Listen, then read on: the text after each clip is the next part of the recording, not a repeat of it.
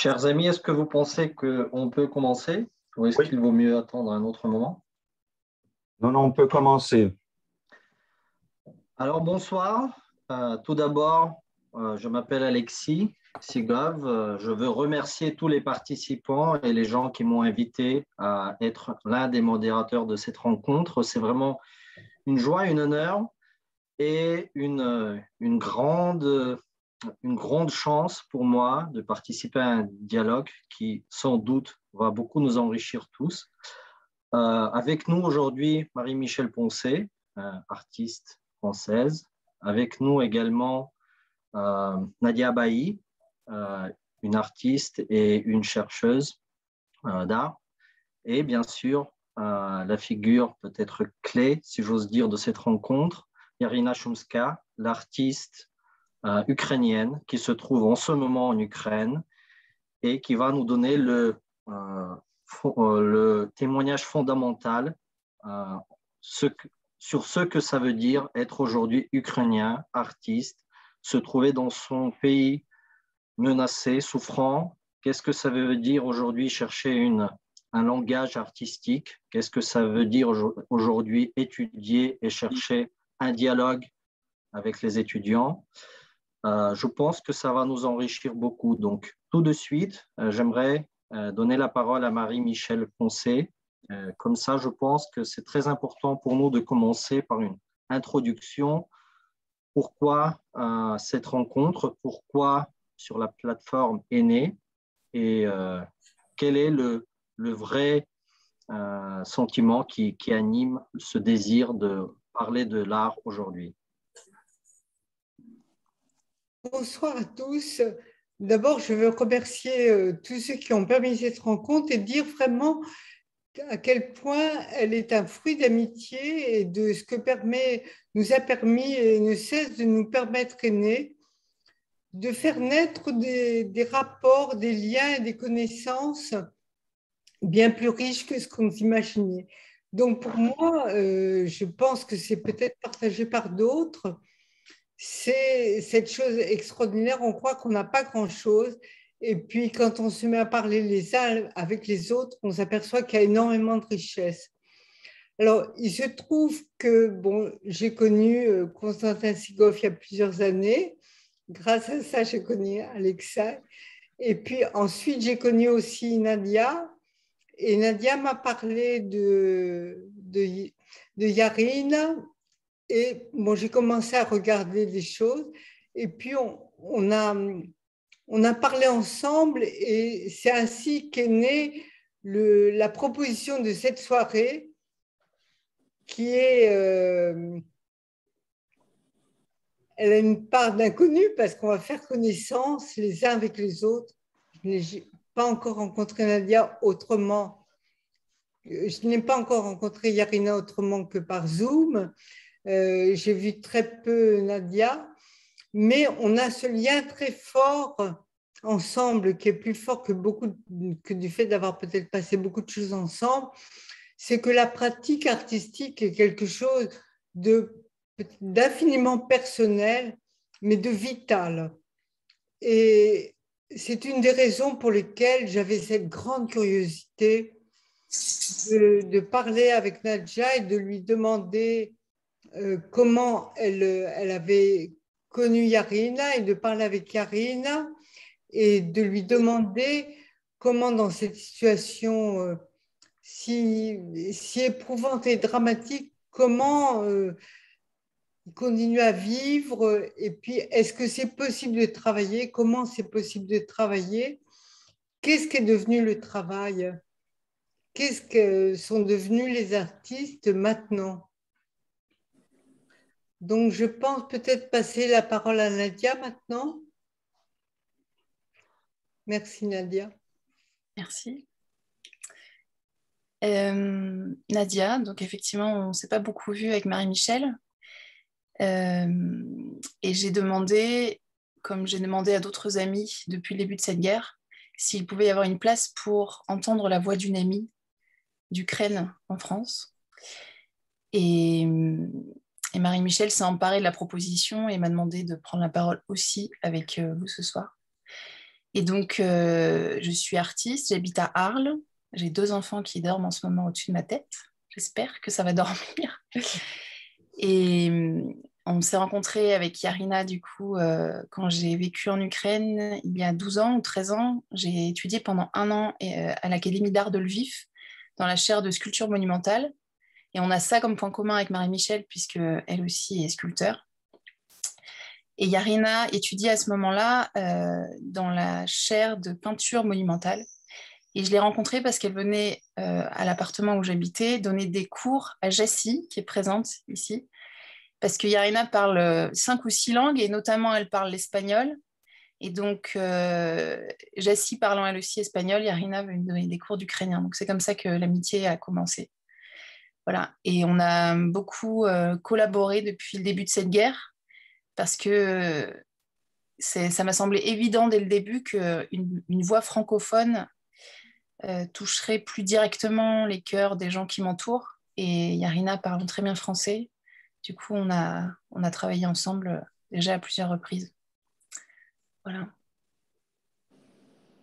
Merci beaucoup, Nadia. Je pense que c'est des mots-clés qu'on a entendus en ce moment. Vraiment, c'est par des petits nœuds d'amitié que passent les messages les plus importants. C'est par ces petites rencontres, en fait, qui constituent le grand panorama de la vie de chacun de nous, que passent les messages clés pour comprendre notamment cette situation. Donc, je pense qu'on a tous vraiment besoin de ce type de rencontre, de ce type de témoignage pour mieux comprendre ce qui se passe en Ukraine, non seulement au niveau des événements, des fêtes, parce que malheureusement, on se trouve au 78e jour de la guerre, et ça va durer encore, et on voit déjà une sorte de fatigue de l'information que normalement on ne réussit pas à gérer. Et c'est vraiment un autre point d'apport qu'on a besoin de découvrir, un point, je dirais, d'attention, une nouvelle possibilité d'être attentif. Et bien sûr que cette attention passe par la découverte de visages, des gens vivants, des personnes, des témoins. Et c'est dans ce rôle-là qu'on a demandé à Yarina aujourd'hui de parler, de présenter son travail, sa vie actuelle, de donner un témoignage. Donc Yarina, tout de suite, à toi la parole. Bonsoir, une fois encore, et merci beaucoup pour cette possibilité. C'est vrai que à la question, si quelqu'un me demande comment on peut aider, qu'est-ce qu'on peut faire pour les Ukrainiens, pour l'Ukraine, c'est donner la possibilité de nous entendre, de donner la voix pour l'Ukraine. Et je crois que la possibilité de parler, de créer une plateforme pour la communication, aujourd'hui, c'est très important et c'est ce qu'on apprécie énormément. J'ai dit au niveau des Ukrainiens, les gens qui travaillent dans la culture, dans l'art, on s'est dit que pour nous, c'est notre champ de bataille. Et ici, les paroles et les gestes artistiques sont notre balle pour cette guerre horrible, malheureusement. On a, pendant notre petite première rencontre avec Marie-Michel, on a décidé que ça serait bien que je me présente aussi. Donc, comme Nadia a déjà mentionné que moi, je suis artiste, je suis de Lviv, j'étais née à Lviv, je faisais mes études à Lviv, j'habite ici, je travaille ici. Et d'un côté, ça semble un peu que je suis une personne très sédentaire, mais en même temps, c'est vrai que dans ma vie, j'avais beaucoup de voyages, et spécialement les voyages professionnels qui m'ont enrichi énormément. Et ça toujours dans une expérience incroyable parce que c'est une possibilité de prendre, d'apprendre, mais aussi de partager l'expérience qu'on a c'est une collaboration au niveau d'énergie aussi qui se commence juste par une vraie rencontre.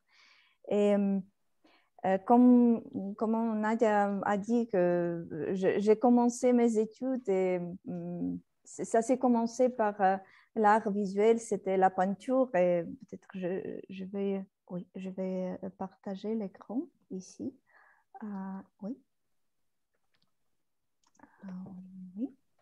Vous me dites s'il vous plaît si ça fonctionne comme ça, si c'est visible. Tout va bien? Oui. Donc, je peux montrer ici quelques de mes peintures parce que c'est une des directions où je travaille. C'est la peinture, c'est plutôt la peinture abstraite. Et ici, on peut voir les images, les tableaux que j'ai fait pendant... tout ça, c'était avant la guerre. Et sincèrement, ça fait plus que 2 mois que moi, j'arrive pas à peindre, j'arrive pas à faire, juste être assise et consacrer mon temps à créer un objet ou juste la peinture au niveau comment c'était avant. Ça n'existe pas pour moi déjà comme ça. Et je crois qu'au niveau artistique, pour moi, c'est un moment de trouver un autre langage, un langage qui pourrait être coïncident avec c'est ce que je ressens maintenant. Pour moi, je suis très impressionnée parce qu'il y a aussi des gens, des artistes qui travaillent beaucoup avec... qui sont dans un moment de la création et c'est peut-être pas la meilleure comparaison d'être inspiré par la guerre, mais ils sont tellement touchés que pour parler, pour eux, c'est la possibilité de parler comme ça, avec les images. Et moi, dans ma expérience, j'ai aussi une autre direction où je travaille parce que depuis l'enfance, j'avais cette expérience de la danse. C'était la danse ukrainienne, la danse folklorique. Et jusqu'à un moment, quand j'avais 19 ans, toujours j'avais 2 lignes différentes, 2 parallèles dans ma vie, que c'était la peinture et la danse. Et j'arrivais pas à trouver un sort de comment rejoindre ces deux lignes, ces 2 expériences. Et après, j'étais dans un atelier artistique de l'art contemporain et comme ça, j'ai trouvé l'art de la performance ou l'art action, comme ça s'appelle aussi. Et pour moi, c'est comme ça, j'ai ouvert pour moi la possibilité d'utiliser mon corps, le temps où je suis, l'espace où je suis, l'endroit, le contexte,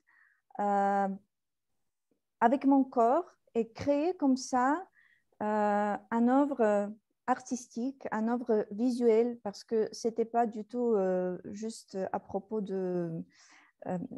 pas juste, mais c'était pas complètement la danse, c'était l'utilisation du mouvement pour créer et exprimer l'idée.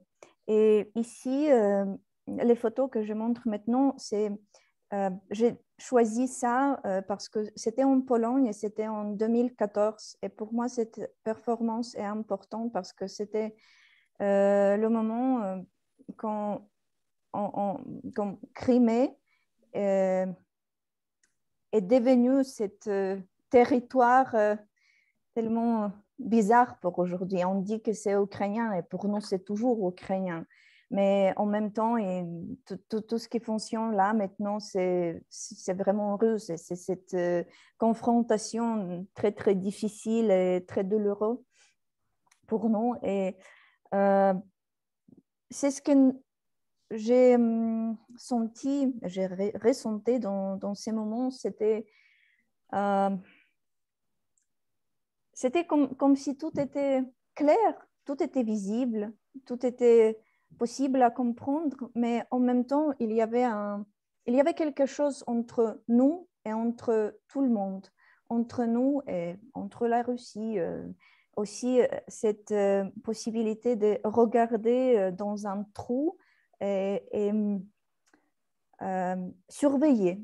C'était plutôt à propos d'un sentiment qui existait au niveau aussi au niveau politique. Je ne peux pas dire que ça m'intéressait tellement que j'utilisais avant les thèmes politiques ou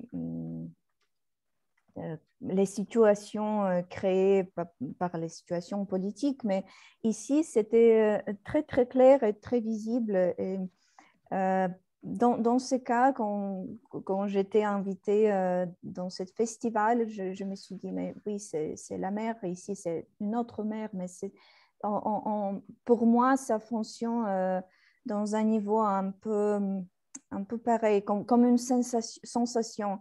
Et c'était aussi une sorte de lutte avec cette je ne sais pas comment dire,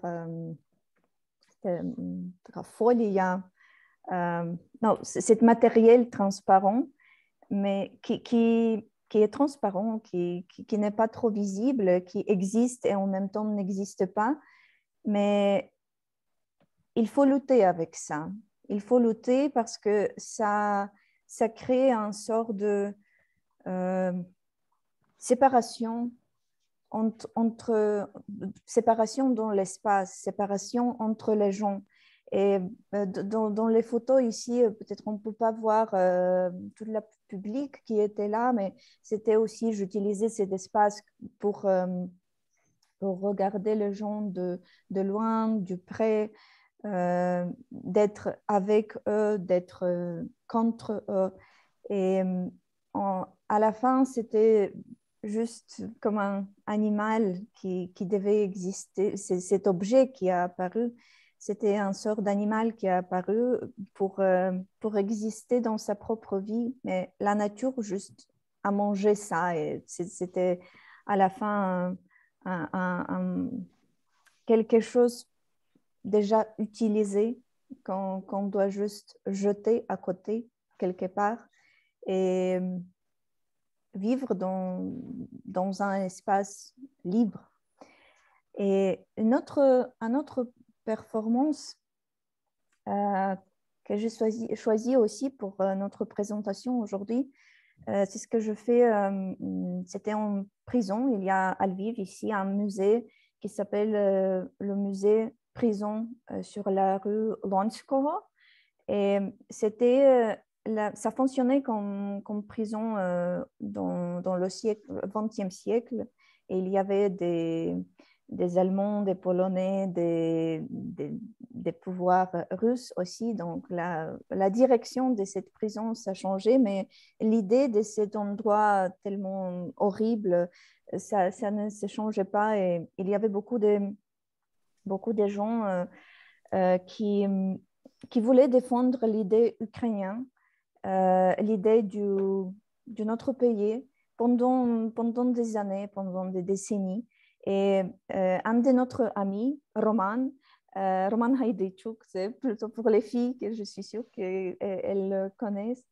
Et une fois, il a organisé un sort d'exposition et il m'a invité aussi à participer là. Mais pour moi, cet endroit, et spécialement à l'intérieur, c'était impossible de juste être là, c'était déjà difficile. Et créer quelque chose là, c'était pour moi, c'était inimaginable. C'était pas possible. Mais l'année prochaine, on s'est vu avec Roman et il m'a proposé la même chose de nouveau. Et comme ça, je me suis dit, mais bon, il y a un espace autour. Il y a un espace qui appartient à cette prison, mais quand même, ce n'est pas cet intérieur. Il y a un peu du ciel dans cet endroit. Et mon action consistait de marcher autour. Et dans un moment, j'avais de la farine là.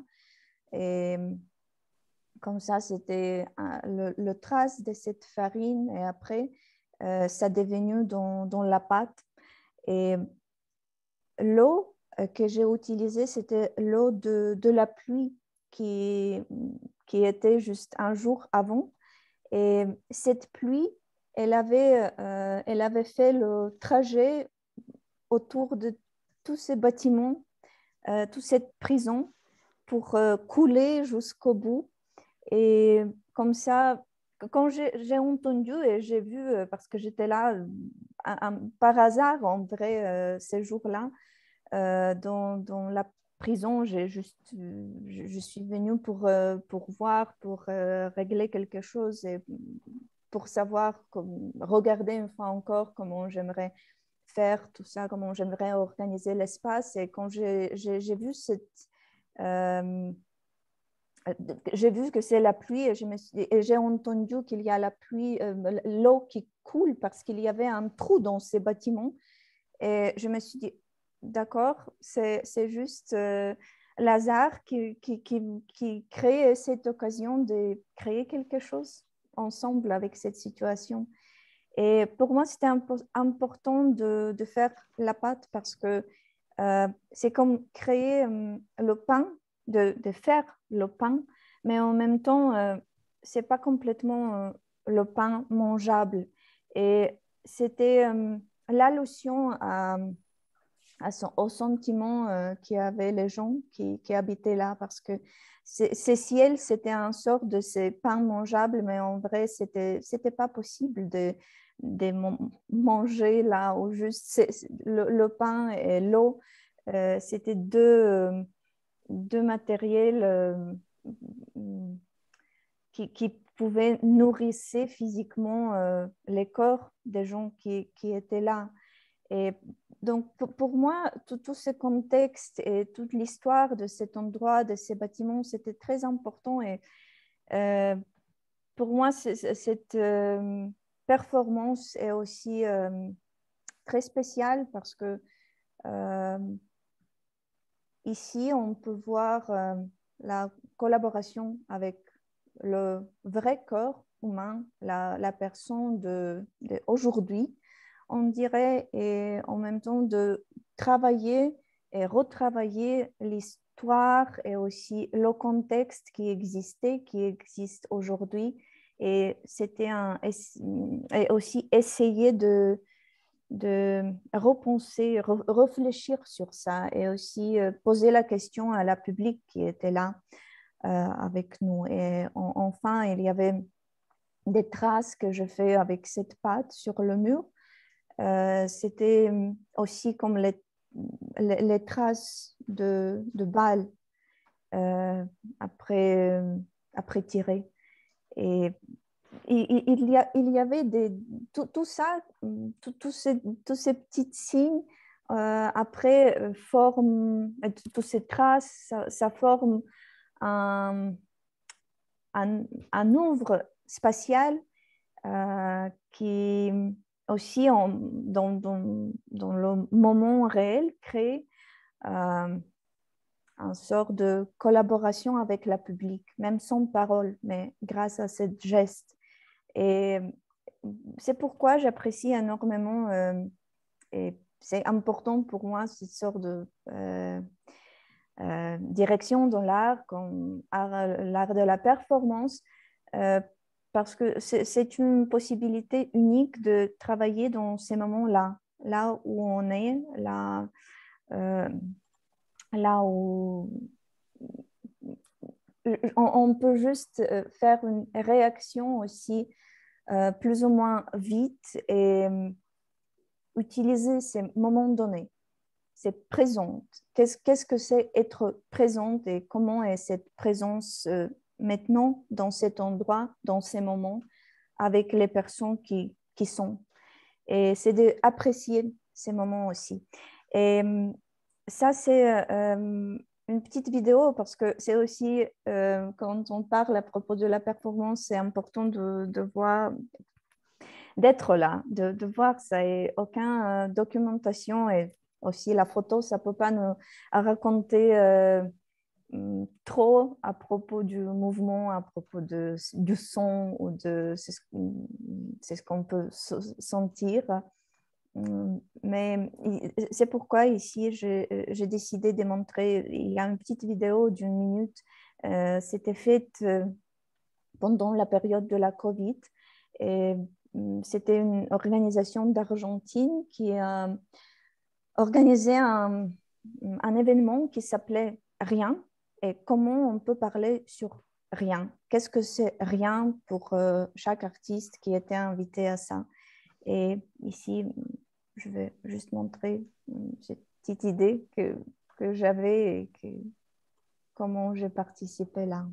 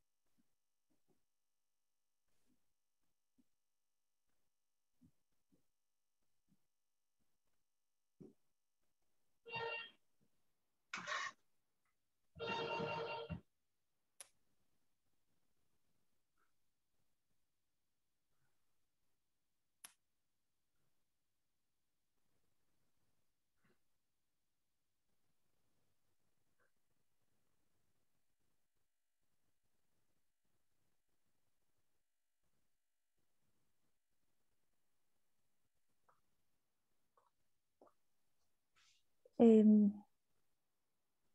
cette performance, c'est aussi un bon exemple pour parler à propos du 24 février, comment un petit rien, quelque chose qui apparaît de n'importe quoi, a changé tout. Et c'est 24 février, je crois que ce n'est pas déjà juste la date pour les Ukrainiens, mais ça touche beaucoup de gens dans tout le monde, parce que c'était le début de cette folie qui est en vrai le terrorisme qui est maintenant, qui passe maintenant en Ukraine. Et d'un côté, c'est toujours quelque chose très loin quand on a la guerre quelque part dans un autre pays qui est loin. Mais en vrai, l'Ukraine n'est pas si loin d'Europe. En vrai, c'est l'Europe. Et pour nous, c'était toujours comme ça, parce que les valeurs, les choses d'esthétique, la question de la liberté, la question du développement, pour nous, c'était toujours cette direction. Mais c'est vrai que l'Ukraine n'était pas visible dans beaucoup de pays, pour beaucoup de gens. Et maintenant, c'est une lutte qui est très, très dure, mais aussi ça montre beaucoup je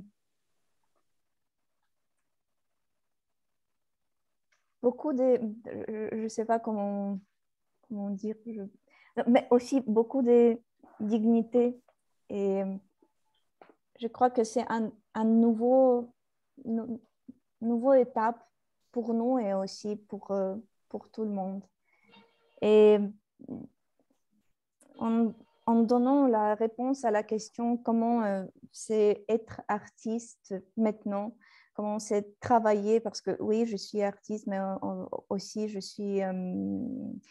travaille à l'Académie des Beaux-Arts et j'ai des étudiants. Et les premières 2 semaines, c'était une pause pour tout le pays. On ne savait pas qu'est-ce que sera dans 5 minutes, si on va vivre ou pas, si quelque chose va voler sur nous du ciel ou pas. Qu'est-ce qu'on doit faire en général? Il y avait des voisins qui m'ont appelé ou juste qui appelaient mes parents pour dire pendant les premières heures que oui, nous sommes ici, nous restons et dans 2 heures, ils sont partis. Et c'est le choix des gens et c'est normal parce que chaque personne a sa propre réaction. Mais c'était tellement difficile de faire cette décision. Qu'est-ce que je dois faire? Comment réagir? C'était quelque chose complètement nouveau, plein d'incertitudes. Mais on a décidé, bien sûr, il y a une partie des gens, et spécialement, par exemple, les femmes qui ont des enfants, qui sont partis. Et ce n'est pas simple pour eux du tout, parce que c'est en vrai, on ne s'est jamais donné la question qu'est-ce que c'est laisser tout sans savoir si tu vas revenir ou pas, si tu vas avoir quelque chose, avoir les choses que tu as sauvées ou gardées, collectées pendant toute la vie. Et si la vie peut durer 6 ans, si c'est un enfant, mais c'est aussi sa vie. Et cette vie peut durer 50 ans, 30 ans, 100 ans.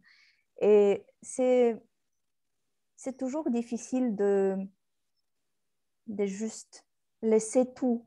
Et ce n'est pas même au niveau du matériel, mais au niveau de sensations, au niveau de cette énergie qu'on crée là où on habite. Et dans 2 semaines, c'était après la première semaine du mars, notre administration et direction de l'académie, ils ont dit que voilà, on va recommencer, on va continuer travaillant. Et pour moi et aussi pour beaucoup d'autres gens, c'était un peu un sort de surprise parce qu'on ne savait pas comment ça sera possible de faire quelque chose dans cette situation là où on est. Parfois, c'était même difficile de faire manger, de juste aller quelque part, aller, je sais pas, au parc et de faire aller-retour parce que tout le temps dans la tête, on devait garder la trajectoire, comment je peux échapper dans un endroit où je peux me cacher. Et voilà, et maintenant, on doit donner le coup. Comment? Il y a une partie des gens qui est chez eux, dans les villages ou dans les autres villes. Il y a des gens qui sont partis à l'étranger, dans les autres pays. Et après, on a reçu les étudiants de Kharkiv qui sont échappés des missiles. Et aussi, pour nous, comme les profs, c'était aussi la question comment travailler, qu'est-ce qu'on doit faire avec ces gens qui étaient si près de la mort et qui ont vu ça. Et toute cette situation a changé complètement, je crois, que la vie de tous. Bien sûr que là, dans l'est d'Ukraine, il y a les actions, c'est la front, le front de la guerre et les actions qui sont là, ils sont complètement différents c'est ce qu'on a ici. D'un côté, on peut dire que c'est je sais pas, plus facile, plus certain d'être dans la partie d'ouest d'Ukraine, mais en même temps, comme a dit un des étudiants, il a dit, moi maintenant j'habite tout le temps avec j'attends l'explosion nucléaire. Et c'est vrai que ce n'est pas une personne qui qui pensent à ça, parce que maintenant, on tous, on ne sait pas quoi penser. Peut-être si un jour quelque chose va tomber dans la tête d'un monsieur. Donc, tout est possible et ça a changé notre vie, que ce n'est pas la question de planifier quelque chose, c'est juste vivre et être heureuse de ça ce qu'on a. C'était le premier moment comme ça. Mais c'est un être humain et on s'habitue aux situations là où on est. Et bien sûr qu'on a aussi, c'est ce qui nous a aidé beaucoup, la possibilité d'être ensemble, et ça nous aide encore. Et en parlant à propos d'académie, à propos des profs, de savoir que personne a parti quelque part, que nous sommes tous ensemble, nous voyons cette futur, on veut donner, partager, c'est ce qu'on peut, c'est comment on peut avec les jeunes gens, avec les étudiants. Et comme ça, c'est notre mission aujourd'hui de continuer dans cette champ, de continuer en développant ce travail au niveau d'art. Et notre décision, la première décision c'était la proposition pour les étudiants de changer l'idée, le thème de semestre, parce que bien sûr que fin janvier c'était différent et comme ça tout était changé. Il y avait beaucoup des étudiants qui voulaient et qui étaient tellement touchés, et ils ne pouvaient pas penser d'autre chose que la guerre. Et comme ça, on a décidé de trouver les moyens, comment on peut parler de ça au niveau artistique. Et pour le moment, aujourd'hui, je peux dire qu'il y a beaucoup de gens entre les étudiants qui ont des idées bien profondes. Ce n'est pas quelque chose de superficiel. Et chacun a quelque chose de différent. Et il y a des gens, par exemple, si on parle à propos de la maison, qu'est-ce que c'est la maison? Qu'est-ce que c'est être chez moi?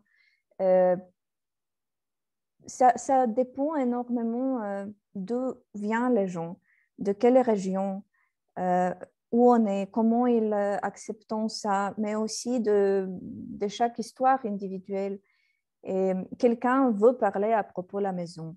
Et il y a quelques étudiants qui font ces projets à propos de ce thème.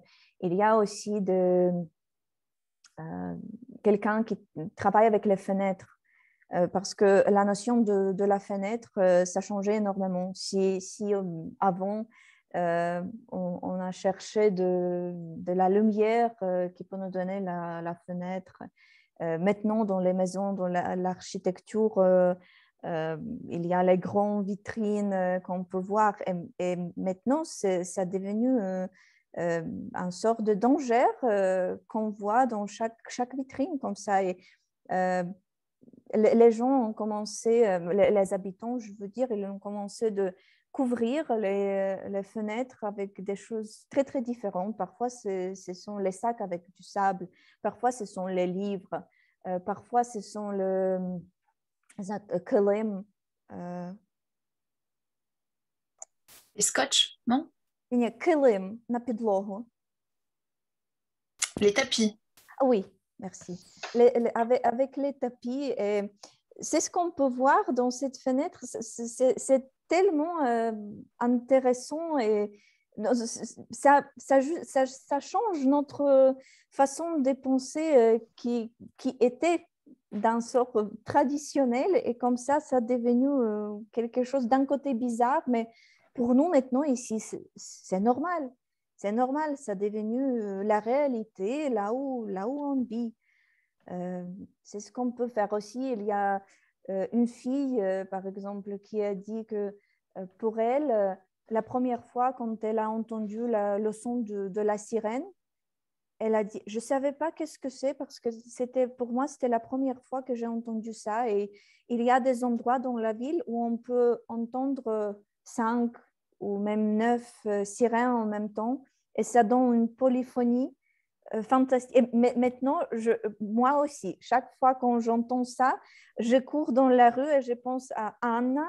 Et je pense, ah, bonjour Anna. Maintenant, pour moi, j'accepte ça aussi comme une sorte de la musique. Mais pour elle, il y a des gens qui vont dire que c'est le son du danger. Du danger. Grâce à Anna, j'accepte ça différemment. Et aussi, elle a dit, comme ça, j'entends ça et je pense que notre force militaire, parce que maintenant,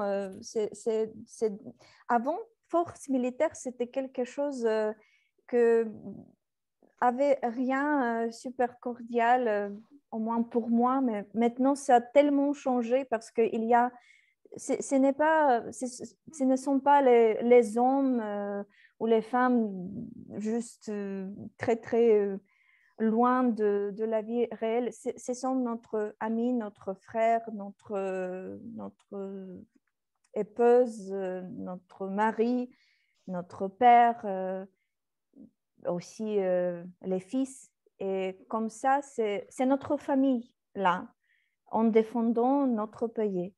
Et cette fille, Anne, l'étudiante, elle a dit, pour moi, la sirène, c'est un son qui me montre, qui me rappelle que notre force militaire, il nous défend. Et donc, je veux juste dire et montrer avec cet exemple que oui, c'est vrai que la vie, ça a changé énormément, mais en même temps, on essaye de trouver la beauté, de trouver quelque chose de l'âme, de vivre aussi. Et bien sûr qu'il y a des situations très, très...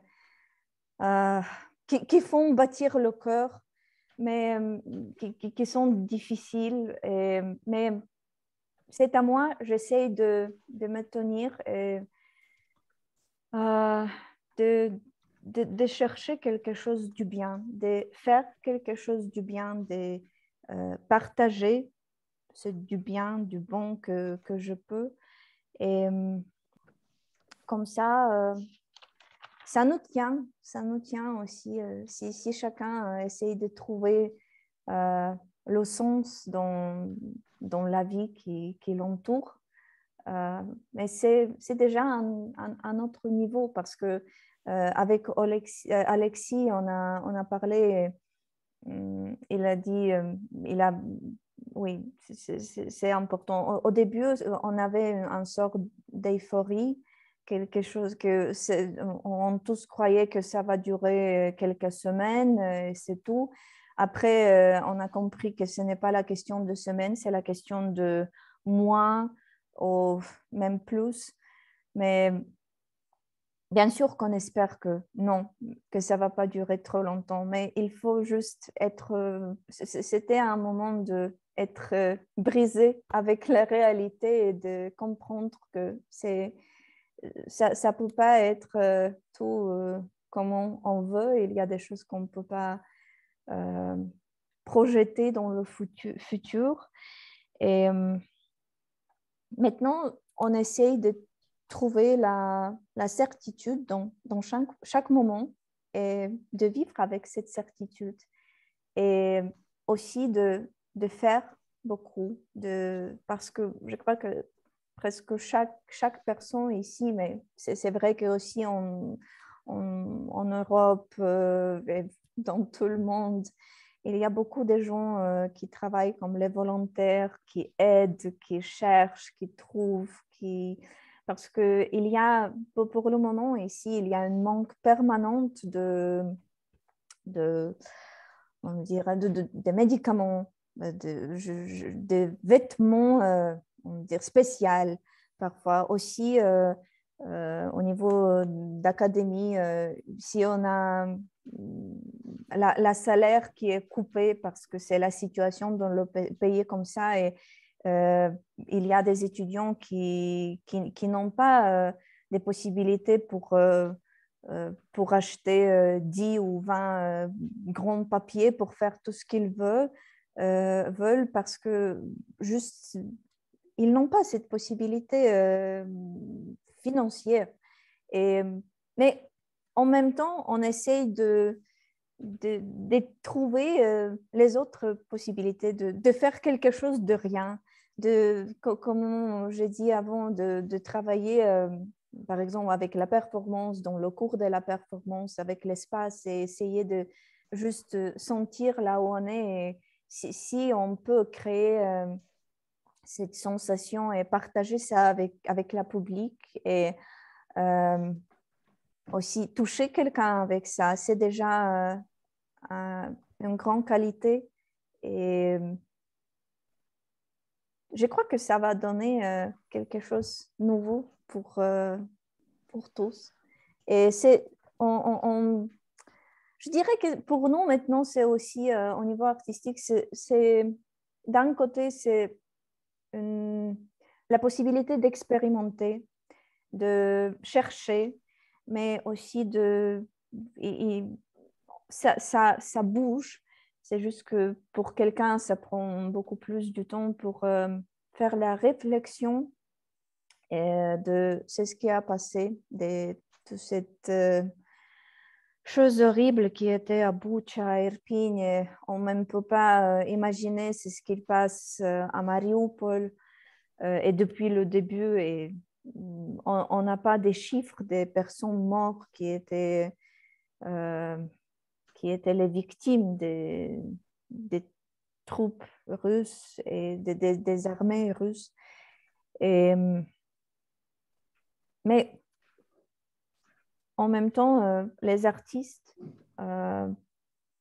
ils cherchent les paroles, les poètes, les artistes. Je crois que les musiciens aussi, ça va apparaître petit à petit parce qu'il y a des choses qu'on peut faire très, très vite et il y a aussi des choses qui ont besoin du temps pour faire la vidéo, pour créer une composition musicale, par exemple. Ça prend beaucoup plus du temps et on ne peut pas juste réagir.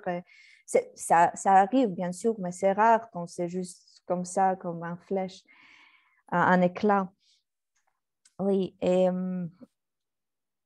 c'est ce que, je ne sais pas par rapport au temps, donc je ne sais pas, peut-être il faut que je finisse.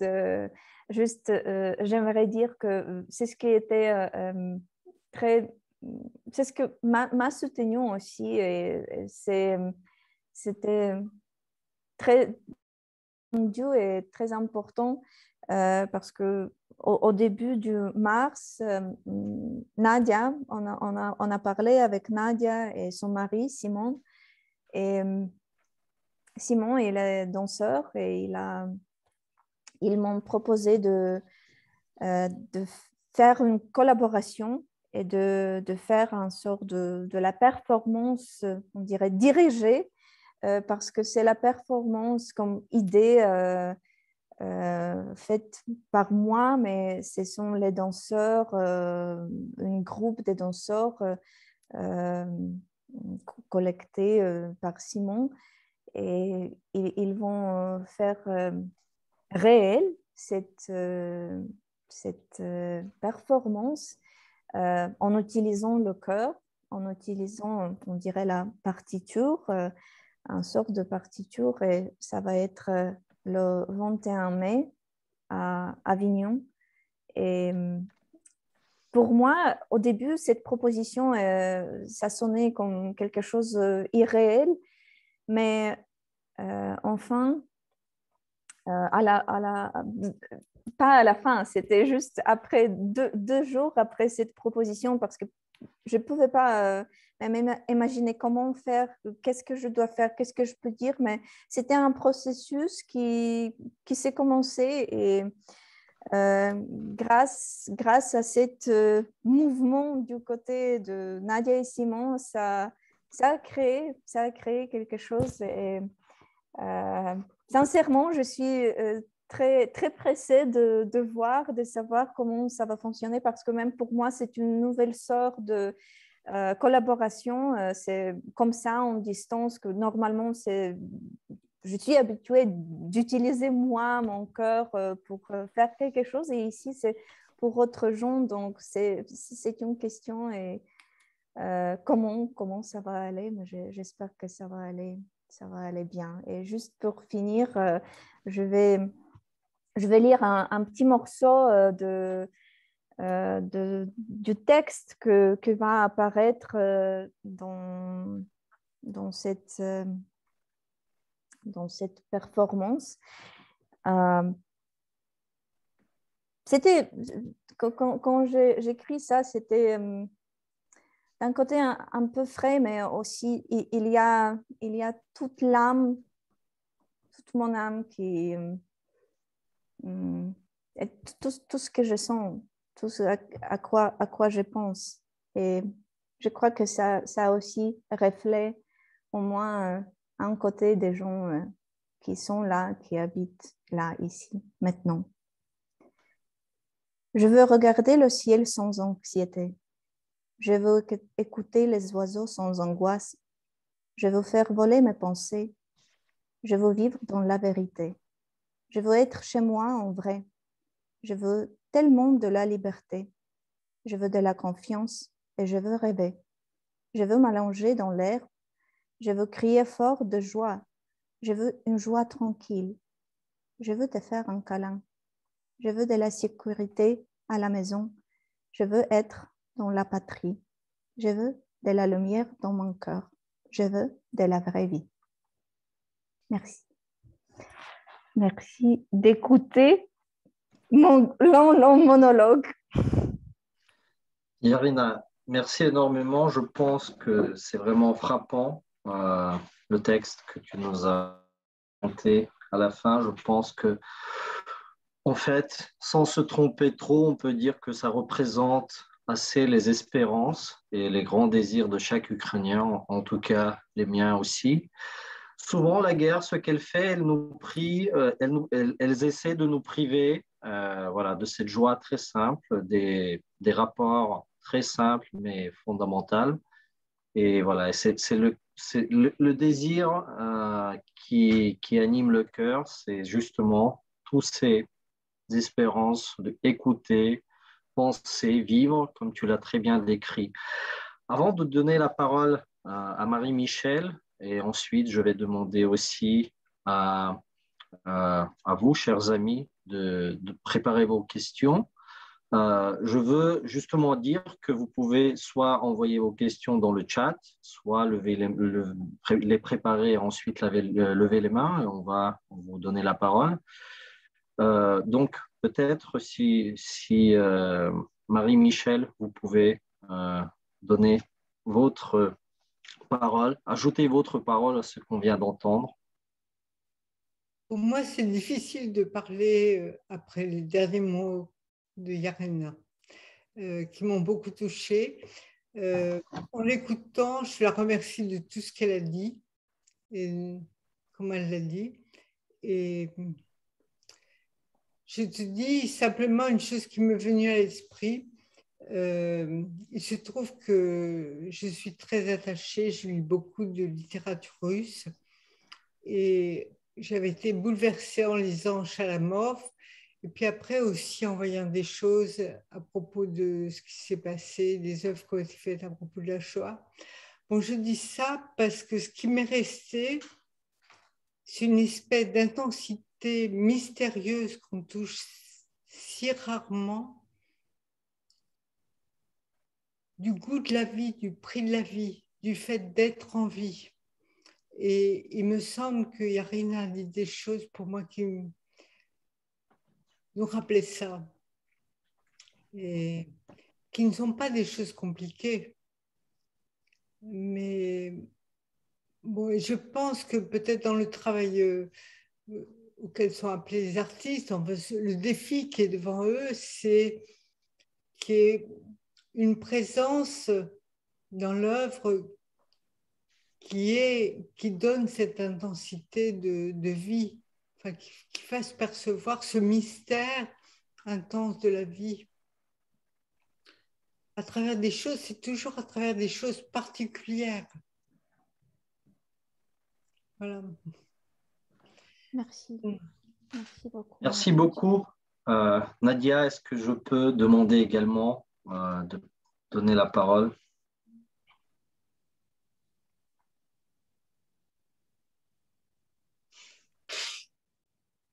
Merci Irina. Je suis moi aussi très émue, très émue. Et je crois que comme Yarina et comme beaucoup, comme tous au début, nous avons vécu avec Simon des jours dramatiques de sidération et d'angoisse. Et j'avais cette question aussi, de loin, quelle est ma place singulière? Et j'ai une grande amie qui s'appelle Justine, qui est mariée avec un prêtre gréco-catholique, qui habite à la frontière suisse en ce moment, et qui s'est engagée très très vite dans l'aide matérielle considérable pour l'Ukraine. Et pour moi, c'était évident que c'était pas ça ma place. Et j'ai trouvé à travers mes amitiés que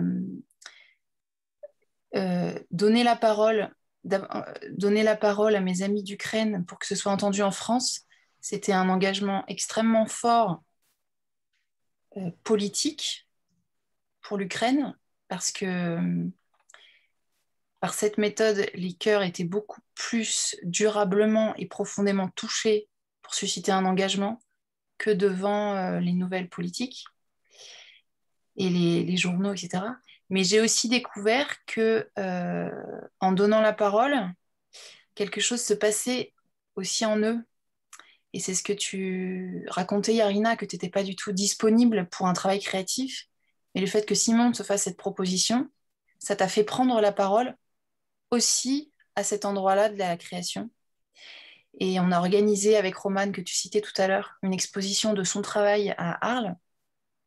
Et il m'a dit quasiment les mêmes choses. C'est-à-dire qu'il a d'abord cherché des travaux qu'il avait déjà fait avant la guerre, qu'il a pu nous envoyer, dont il a pu nous envoyer les documents, qu'on a imprimés en très haute qualité pour les imprimer nous-mêmes et les présenter.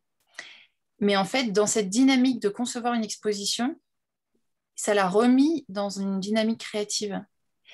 Et il nous a remerciés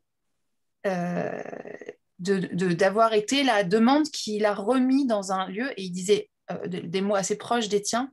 Il disait, j'étais tellement choquée, j'étais tellement pétrifiée que pour moi, il n'y avait plus du tout d'espace créatif. Et c'est cette demande un petit peu incongrue par rapport à l'urgence de la guerre qui était la nôtre, avec la galeriste qui a organisé cette exposition, de penser aussi un engagement artistique et culturel dans cette guerre, et qui l'a fait se remettre au travail. Et il a fait quelque chose d'extrêmement fort. Il a fait un portrait qu'on a exposé en ce moment, qui est exposé en ce moment à Arles, avec des lettres. Donc en fait, son portrait se dessine à travers les lettres, où il y a écrit « Il y a une guerre totale en Europe. Il y a une guerre totale en Europe ». Il n'y a écrit que cette phrase. C'est une œuvre extrêmement forte. Elle a été quasiment, dès le soir du vernissage, il y avait peut-être 10 exemplaires de cette œuvre en vente. Ils ont quasiment tous été vendus. Et il a aussi fabriqué une vidéo avec la carte de l'Ukraine. Et je ne sais plus exactement quels étaient les mots, mais c'était une carte interactive qui bougeait et qui était fabriquée par des lettres qui répétaient en ce moment, il y a la guerre. Qui est simplement la répétition de la parole simple qui nomme le fait face au fait totalitaire. Et ces deux œuvres sont extrêmement puissantes pour nous, pour être touchés. Et je me rends compte dans cette expérience que pour vous aussi, elles sont importantes parce que elles vous font individuellement dire ce qui se passe, mais comme on le sait, je pense tous ici, l'artiste porte aussi la parole de son peuple. Et je crois que c'est très très important qu'on aide, enfin qu'on participe nous aussi en tout cas à ce que cette parole émerge. Voilà, pour le présent et puis aussi pour l'avenir de l'Ukraine. Oui, oui, c'est ce que je dis, ça inspire. C'est sort en disant qu'est-ce qu'on peut faire, c'est de faire une collaboration avec le texte, dans la conversation, dans un geste. Et c'est l'inspiration qui fonctionne maintenant dans un niveau beaucoup plus haut, beaucoup plus fort que je crois que même ça a été avant. Parce que on tous avons un seul objet ou sujet qui nous touche tellement fort, Mais en même temps, même dans ces grands chapeaux de ces sujets, on peut trouver des choses individuelles, des choses différentes, et tout ça va être entendu et d'être dit. Donc, merci beaucoup pour cette opportunité. Merci beaucoup. Irina, je veux adresser la question qu'on a déjà reçue. Donc, la question est, est-ce que les artistes, je suppose, ukrainiens, cherchent des liens avec la nature? Est-ce que peut-être dans ces conditions, la nature peut être aussi un soutien ou peut-être un instrument, un membre de dialogue? Est-ce que tu as des idées? Moi-même, pour le moment, je ne connais pas. Peut-être que quelqu'un a ça, mais c'est ce que j'ai vu entre mes amis artistes dans les endroits différents. C'est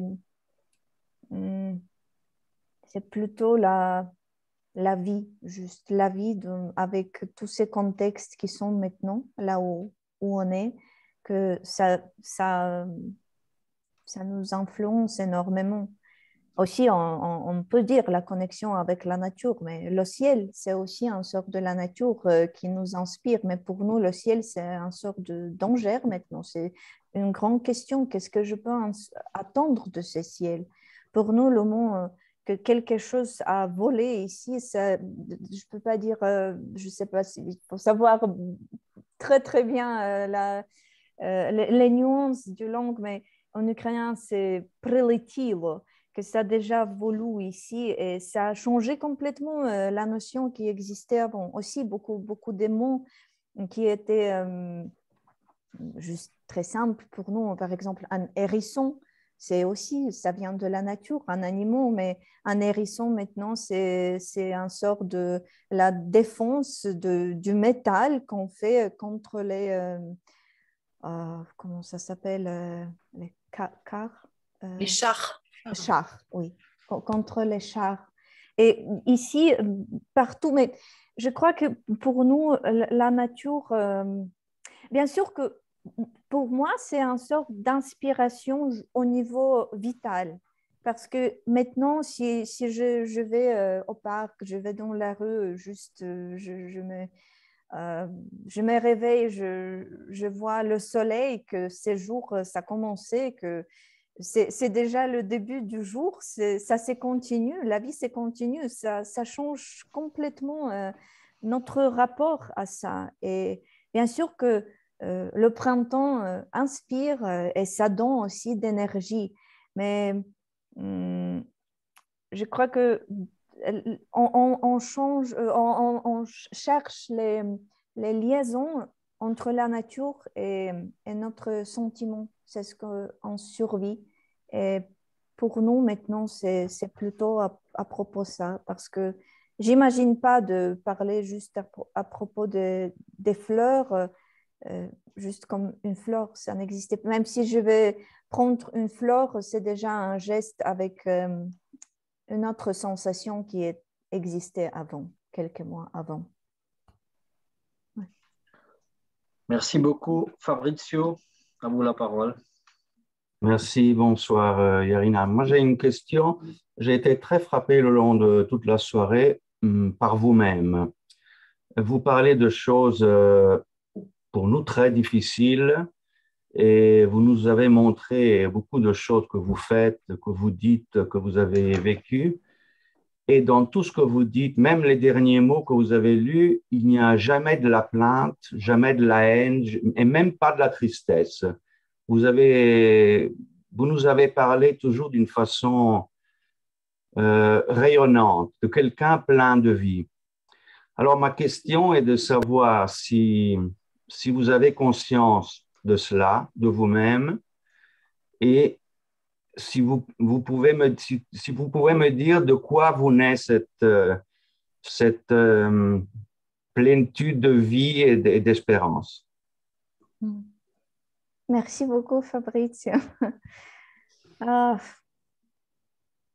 Je crois que la vie est trop courte pour avoir de la place pour la crainte et pour se plaindre. C'est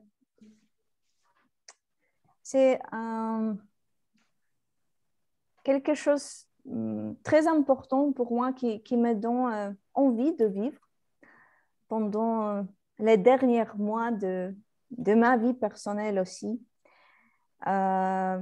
Même hors de la guerre aussi, si je me demande qu'est-ce que je peux faire et qu'est-ce que pourrait être une motivation pour moi, c'est donner quelque chose du bon aux gens, de partager ça et de partager l'amour. Et même si c'est tellement simple, mais ça me nourrit. Et quand je parle avec mon ami qui est là, à l'Est, dans la première ligne, et bien sûr que parfois j'ai des ondes qui en bas, ça arrive aussi. Je ne peux pas dire que je suis super optimiste chaque minute, chaque moment. Ça arrive aussi que, je ne sais pas, parfois j'ai juste besoin d'être près de quelqu'un, de parler avec quelqu'un. Mais quand il m'écrit que, tu sais, les gens sont magnifiques. On a plein de motivation. Nous savons que nous vous avons là, en bas, et on savons qu'ils sont là, dans le front. Comme ça, je crois que c'est aussi une sorte d'énergie qui nous fait bouger tout ça. Mais aussi, on sait qu'on n'a pas de choix. Avec cet agresseur qu'on a, avec cet horrible voisin qu'on a, il n'y a pas de choix. On a juste une seule direction, c'est la victoire, c'est vivre et c'est créer ces mondes, notre pays et notre vie. Comment on la veut, et c'est tout. Et même avec toute cette situation catastrophique, d'un côté, parce que oui, aussi, c'est triste, c'est la guerre, c'est la mort.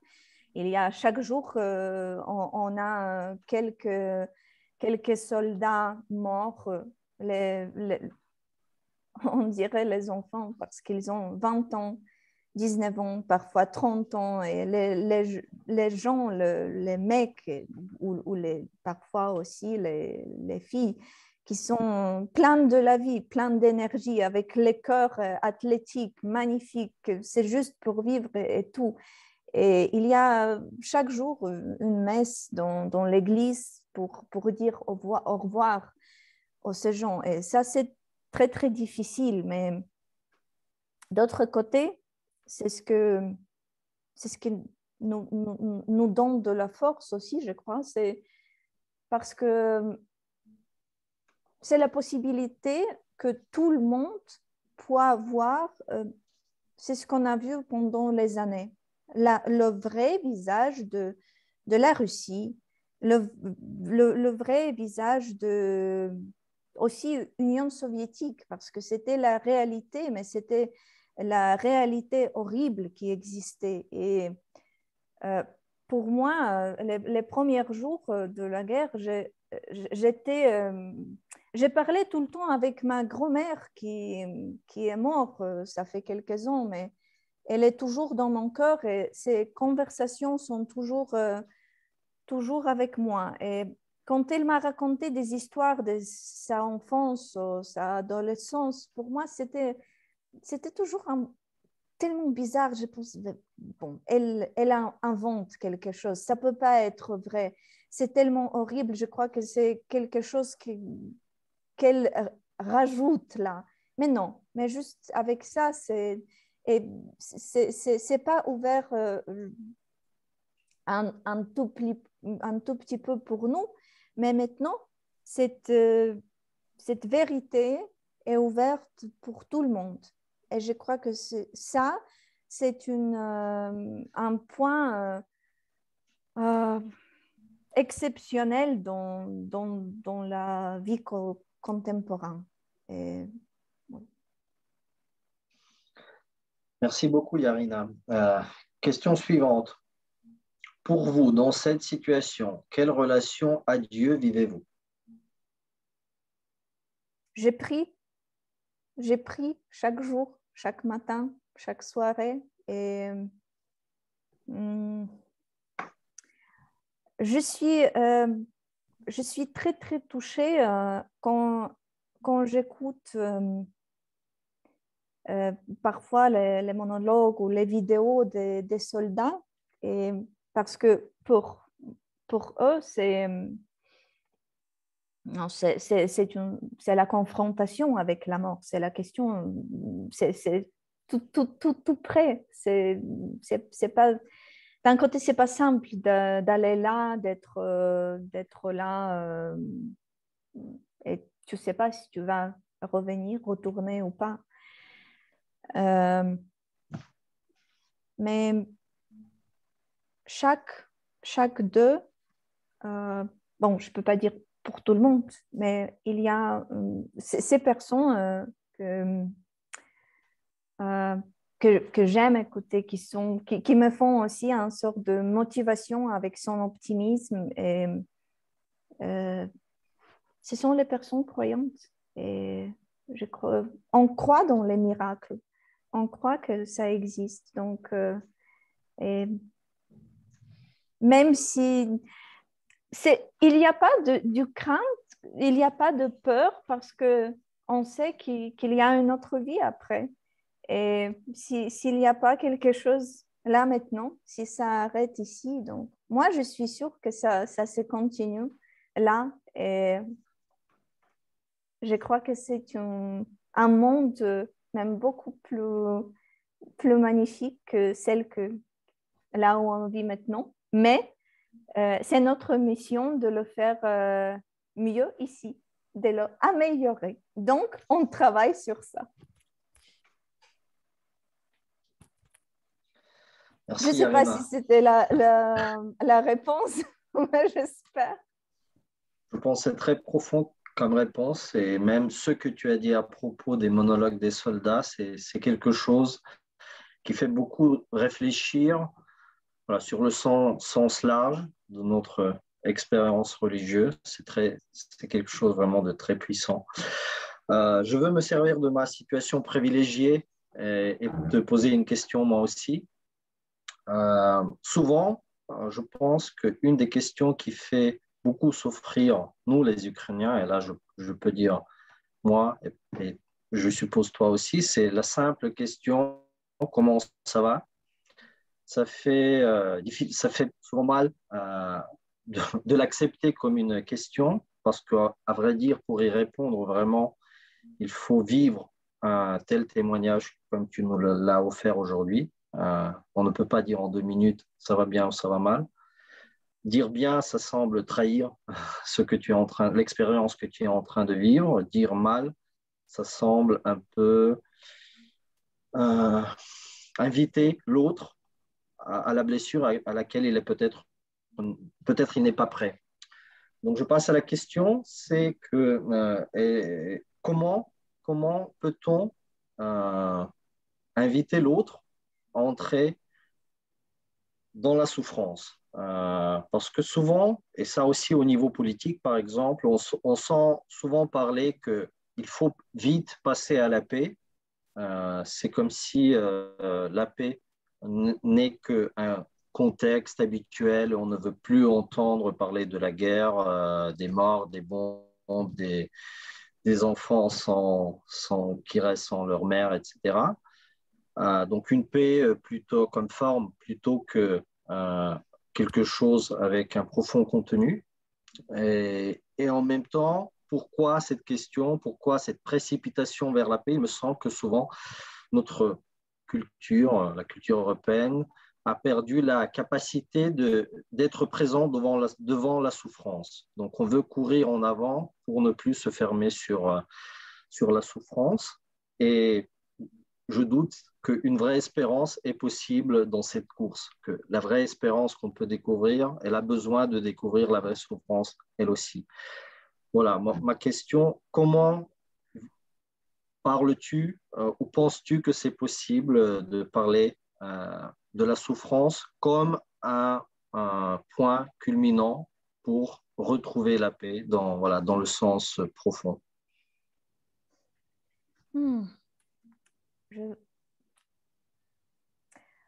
Par rapport à la paix, je crois que chaque personne a son moment pour ça. Et ça ne peut pas être un conseil 3 semaines et ça va. Non, ça ne fonctionne pas comme ça pour chacun.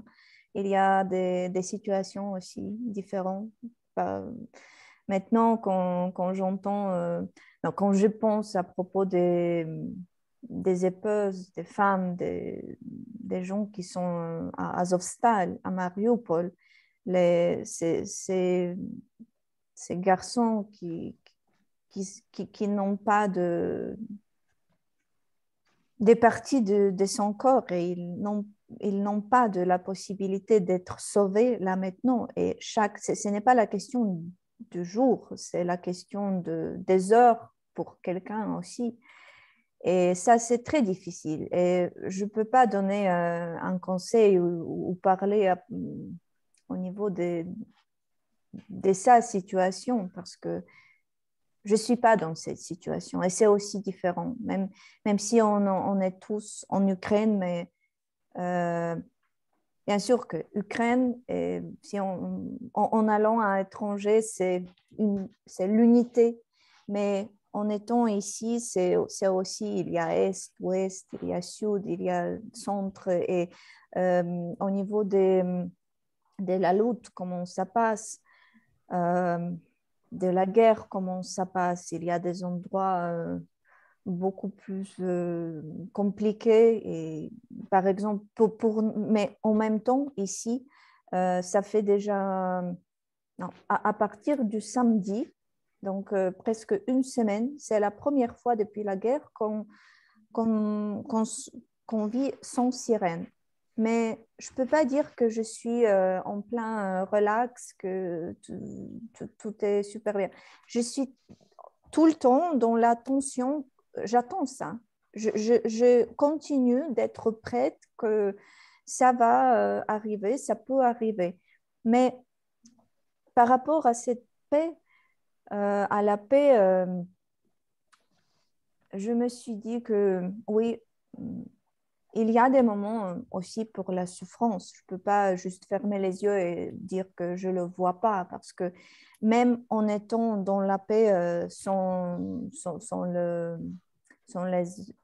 les inquiétudes, parce que ça ne sert à rien. Je ne veux pas aider, je vais aider à personne si je vais...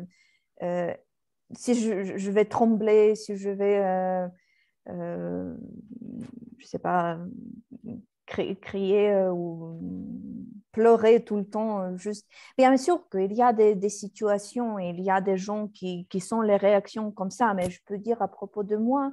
Donc, pour moi, ça fonctionne. J'ai décidé, je fais et je pose ma énergie dans les actions. Si c'est le travail avec les étudiants, si je peux aider à ces gens, je peux les donner quelque chose, donc je le fais et je le fais le meilleur que je peux.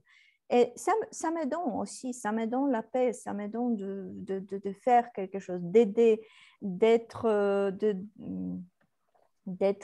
utile aux autres. Et c'est aussi une sorte de trouver la paix. Et en étant dans une sorte de paix, ça ne dit pas qu'il faut être aveugle ou sourde, c'est être ouverte. Et je crois que si on est calme et on peut garder ça, donc comme ça, on peut donner beaucoup plus aux autres.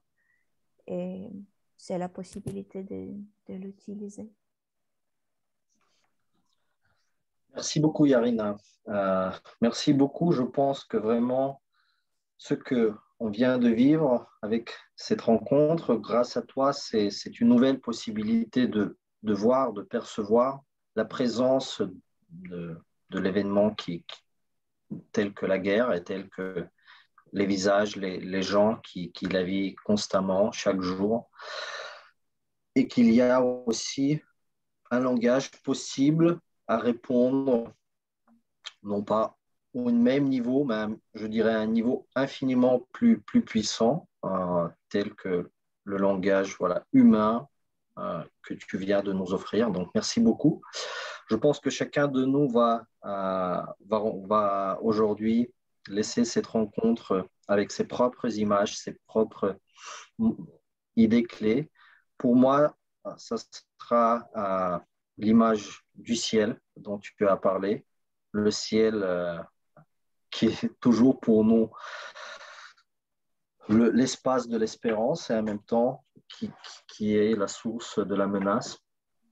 Avant de finir, je tiens à partager cette grande joie que la rencontre avec Yarina ne fait que commencer. Donc, j'invite tous les participants, tous les gens qui vont regarder cette vidéo sur le site Enea, peut-être dans les semaines à venir. Je tiens à dire que le 21 mai, à Avignon, au hivernal, à 16h, il y aura donc cet spectacle que tu nous as présenté avec Nadia, et à 16h. Donc, le 21 mai, 16h, Avignon, les hivernales. Cette soirée sera précédée par une rencontre sur Zoom avec Yarina. Et ensuite, donc, le 11 juin, à Arles, la même performance, et elle sera précédée le 9 juin au théâtre par une autre rencontre Zoom.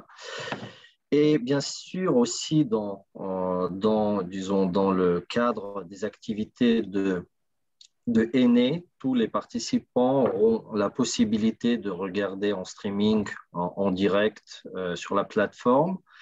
La soirée du 22 mai à 18h30, il y aura la rencontre avec Konstantin Sigov, philosophe ukrainien et mon père, un intellectuel incomparable qui vit depuis le 24 février, du jour au jour, les événements au plein cœur de l'Ukraine et qui en témoignera. Dire « Me voici, que faire face au drame ukrainien ?» C'est le titre de la rencontre qui physiquement aura lieu à Sainte-Marie-de-Neuilly, 24, boulevard Victor Hugo. Et donc, Constantin présent par Zoom. Donc, je remercie tous les participants, peut-être Marie-Michel, Nadia et bien sûr Yarina. Vous voulez dire quelques mots pour conclure? Sinon… Peut-être, Alexis, peut-être on peut trouver le moyen d'écrire, enfin je ne sais pas comment, toutes les annonces que tu as faites de manière à ce que chacun puisse facilement les retrouver par écrit. Absolument. Donc, je pense que pour commencer, on peut les partager sur la page Enea sur Facebook. Déjà que les événements existent sur les sites web, sur Facebook, sur les autres pages, mais c'est vrai que Enea peut être vraiment le lieu où on va les mettre ensemble. Et puis la rencontre avec Constantin sera en présentiel à Neuilly, mais après, donc pas en même temps, mais après, on la rediffusera sur le canal de Enea. Voilà. Et ceux qui voudraient avoir le lien Zoom et qui ne peuvent pas être présents doivent faire la demande à l'adresse mail rencontre.sigov@gmail.com. On mettra toutes les informations sur la page Facebook si c'est ça qui est la bonne méthode.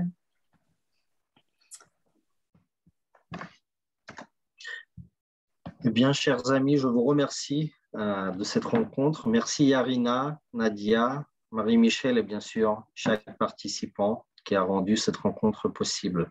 Et Fabrizio. Et Fabrizio, bien évidemment. Merci beaucoup, au revoir. Merci beaucoup. Merci beaucoup. Merci. Au revoir, merci. Ciao Marie-Michel.